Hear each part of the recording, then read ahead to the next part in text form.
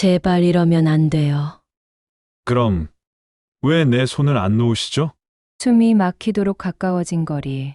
서로의 눈빛이 흔들렸지만 곧 우리의 호흡은 거칠어졌습니다. 남편이 알면 우린 끝이에요.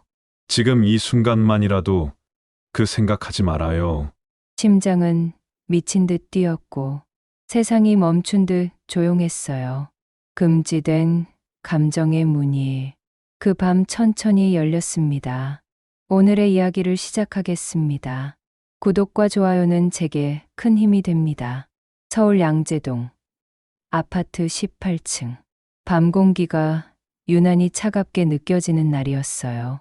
창밖으로 수많은 불빛이 반짝이지만 내 방 안은 한치의 온기도 없었지요.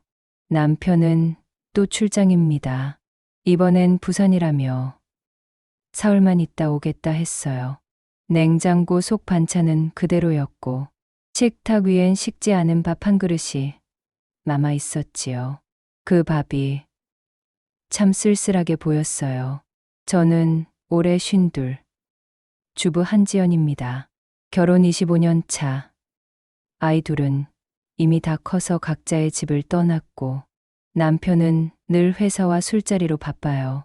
그 바쁨이 우리 사이의 공백이 되어버린 지 언제부터였는지 기억도 나지 않습니다.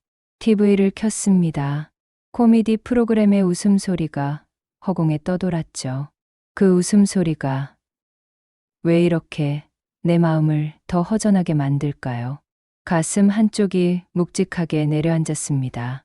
그때 전화벨이 울렸습니다. 낯익은 이름, 남편의 후배, 정우석 씨. 누님, 형님 출장 가셨죠? 감기 걸리셨다면서요. 아, 그냥 좀 피곤해서 그래요. 지금 근처라 약 좀 사서 들를게요.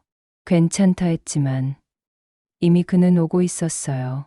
그의 목소리가 이상하게 따뜻했거든요.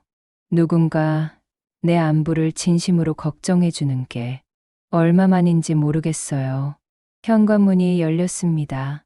차가운 공기와 함께 그의 모습이 들어왔지요. 짙은 그레이 코트, 단정한 셔츠, 깔끔하게 정돈된 머리. 손에는 약국 봉투 하나. 누님, 열은 좀 내렸어요? 그의 말투는 조용했지만 눈빛이 내 얼굴을 조심스레 훑었습니다. 네, 이제 좀 괜찮아요. 따뜻한 물 많이 드세요. 이건 비타민이에요. 기운 좀 나시라고.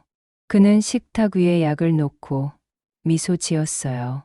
순간 집안의 공기가 조금 따뜻해졌습니다. 찬물이 끓는 소리, 컵에서 피어오르는 김, 그리고 잠깐의 정적. 그가 조심스럽게 컵을 들었지요. 혼자 계시면 많이 심심하시겠어요. 그 한마디가 가슴 한가운데에 닿았습니다. 그의 손끝이 내 손을 스치듯 건드렸습니다. 순간 심장이 쿵 하고 뛰었지요. 왜 이렇게 떨릴까? 스스로를 다그쳤지만 마음은 내 말을 듣지 않았습니다. 그날 밤 잠이 오지 않았습니다.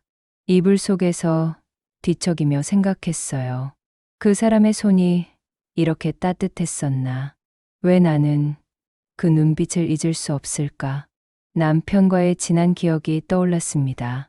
출근길에 눈인사만 하고 헤어지던 날들, 아이들과 웃었던 소소한 시간들, 그 모든 순간이 지금의 외로움과 대비되며 마음을 무겁게 했지요. 창밖엔 수많은 불빛이 반짝였지만 그 어떤 것도 내 마음을 비추지 못했습니다. 남편의 출장 가방이 거실 한켠에 놓여 있었습니다. 그 가방을 바라보며 혼자 중얼거렸지요. 이건 외로움일까? 아니면 그리움일까? 그 순간 문득 마음 한쪽에서 알 수 없는 설렘이 솟아올랐습니다.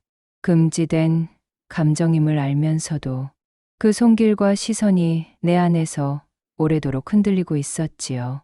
그날 이후로 그 질문은 내 안에서 사라지지 않았습니다. 그리고 나는 깨달았습니다. 외로움은 단순히 혼자 있는 시간의 문제가 아니라 누군가 나를 온전히 바라봐 주기를 바라는 마음에서 비롯된다는 것을. 밤이 깊어갈수록 마음은 더욱 요동쳤습니다. 숨소리, 심장 박동, 작은 손짓 하나에도 온몸이 반응했습니다.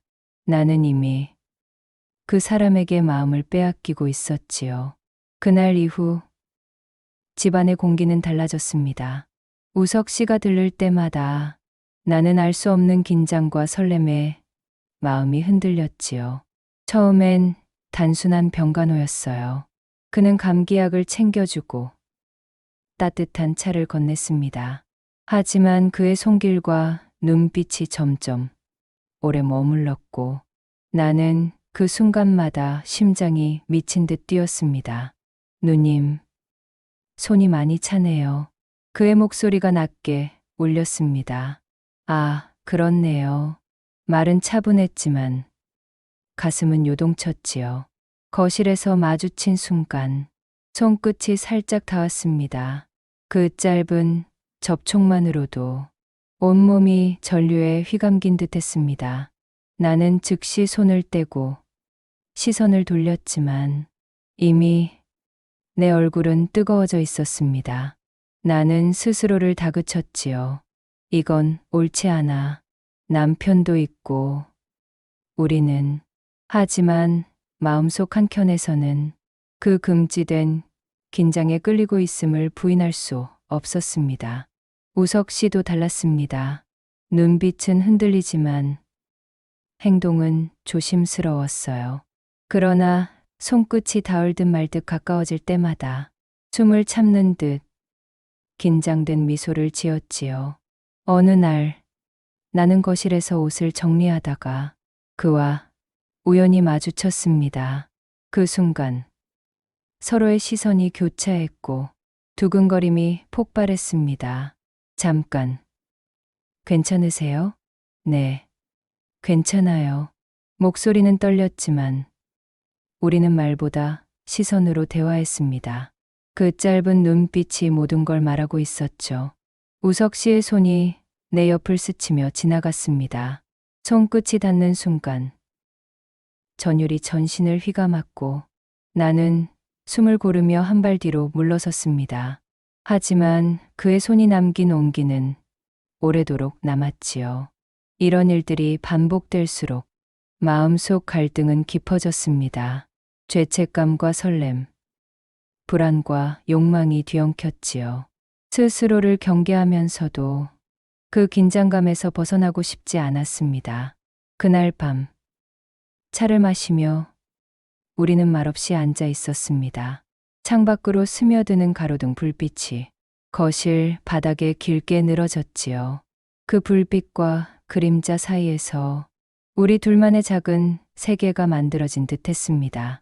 누님, 왜 이렇게 조용하시죠? 그가 작은 웃음을 지으며 물었습니다. 그냥 생각이 많아요. 무슨 생각이요? 말은 쉽게 나오지 않았습니다. 그저 서로의 눈빛을 바라볼 뿐이었지요. 심장이 계속 뛰었고 나는 그 떨림을 억누르려고 애썼습니다. 하지만 그의 손끝이 컵을 들며 내 손목을 살짝 스칠 때 참았던 욕망이 얼굴과 마음을 동시에 뜨겁게 만들었지요. 그 순간 나는 깨달았습니다. 우리는 이미 경계를 넘어가고 있다는 것을. 하지만 아무도 모르는 이 은밀한 접촉 속에서 우리 마음은 점점 더 가까워지고 있었습니다. 밤이 깊어갈수록 나는 내 마음속 욕망을 억누르면서도 그와의 거리를 좁히고 싶은 마음을 떨쳐낼 수 없었습니다. 설렘과 죄책감, 두 가지 감정이 동시에 날카롭게 파고들었지요. 그날 이후 우리는 서로의 존재를 강하게 의식하며 말 한마디, 손짓 하나에도 민감하게 반응했습니다.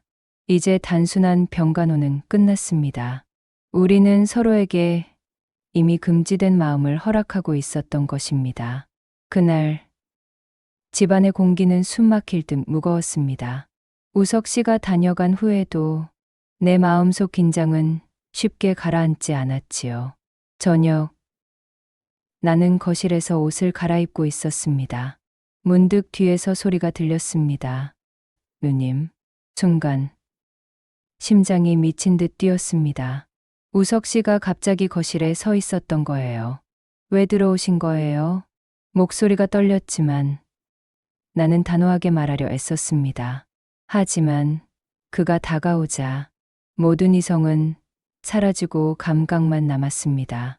손끝이 내 팔을 스치고 숨이 막힐 듯 가까워지는 거리가 마음을 더 깊이 뒤흔들었지요.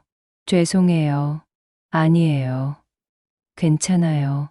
말은 그렇게 주고받았지만 눈빛과 몸짓은 이미 다른 이야기를 하고 있었습니다. 그 순간 우리는 서로를 향해 기울었고 입술이 닿았습니다. 처음이라서 모든 게 어색하고도 강렬했습니다. 심장이 터질 듯 뛰었고 온몸이 전류에 휘감기는 느낌이었지요. 첫 키스는 금기를 깨는 순간이었지만 두려움보다 설렘이 훨씬 강했습니다. 나는 스스로를 억누르려 했지만 이미 마음은 그의 것과 섞여 있었지요. 그 이후 은밀한 접촉은 점점 잦아졌습니다. 손이 살짝 스칠 때, 시선이 길게 마주칠 때마다 내 몸과 마음은 미세하게 떨렸습니다. 하지만 언제 들킬지 모른다는 불안감이 늘 따라왔지요. 이대로는 안 돼. 속으로 수없이 외쳤지만 현실과 욕망 사이에서 마음은 갈팡질팡했습니다. 어느 날 밤, 우리는 다시 마주했습니다. 거실, 조명이 은은하게 켜진 가운데 서로의 존재가 눈앞에 선명히 느껴졌지요. 그가 다가오고 내가 다가가고 말없이 서로를 탐색하는 듯한 긴장이 흐르면서 심장은 터질 듯 뛰었습니다. 그때 나는 문득 깨달았습니다. 이 순간을 멈출 수 있는 사람은 나뿐이라는 것을. 하지만 멈출 수 없는 마음과 조심스러운 손끝 사이에서 갈등이 폭발했습니다.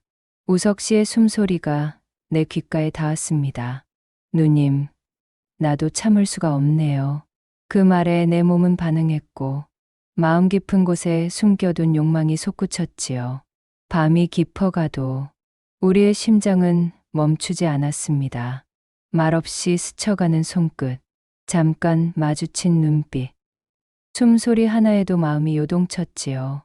그 순간 나는 깨달았습니다.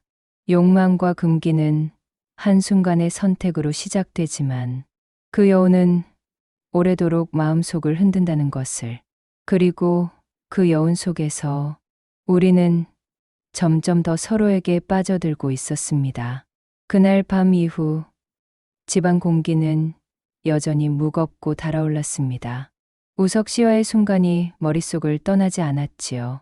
하지만 현실이 나를 붙잡고 있었습니다. 남편은 언제든 돌아올 수 있었고 아이들은 여전히 나에게 기대고 있었습니다. 저는 스스로를 다그쳤습니다. 이런 감정은 잠시일 뿐. 몸을 허락할 수는 없어. 하지만 마음속 깊은 곳에서 그 설렘과 떨림이 사라지지 않았지요. 그리고 그날 남편이 예정보다 빨리 귀가한다는 연락의 모든 것이 바로잡혔습니다. 누님, 괜찮으세요? 그가 낮게 물었지만 이미 작은 움직임 하나에도 긴장이 흐르고 있었습니다. 나는 깊게 숨을 들이마셨습니다. 그리고 결심했습니다.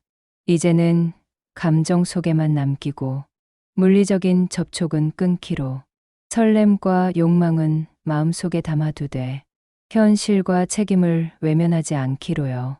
우석 씨도 이해했습니다. 눈빛 속에 아쉬움이 스쳤지만 조용히 고개를 끄덕였습니다. 알겠습니다. 누님, 마음대로 하세요. 그 한마디가 우리 사이의 긴장을 조금이나마 풀어주었습니다. 그 후로 우리 사이에는 새로운 균형이 생겼습니다. 만남은 줄었고 은밀한 접촉도 사라졌습니다. 하지만 그 순간의 떨림과 설렘은 오래도록 마음속에 남아 있었지요. 밤이 깊어갈수록 나는 자신에게 말했습니다. 사람은 누구나 흔들립니다. 하지만 흔들렸다는 이유만으로 무너지는 건 아니지요. 중요한 건 다시 제자리로 돌아올 용기입니다. 나는 조금씩 다시 일상을 채워나갔습니다.